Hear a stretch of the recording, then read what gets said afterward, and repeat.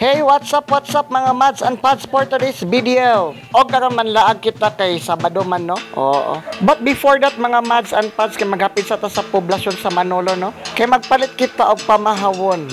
Maog gini diri mga mads and pads kada Sabado gyud sa Manolo Fortis Bukidnon, no, ang tabuan. Dagan kag mapilian klase-klase na ay seafoods, gulay o prutas dinhi mga mads and pads. Buntag sayo ato tag sentro para mamili gyud tag unsa tong palutonon para sa tong pamahaw.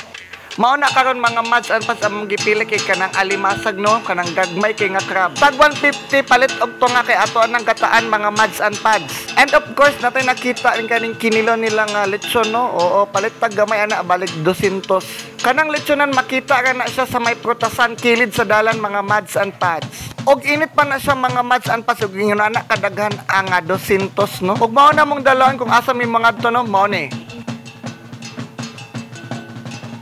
Maayad hapag mga mads and pads diri sa Kaamulan. Ready na ba ang tanan ug nakaato na ba tanan diri sa Malaybalay City?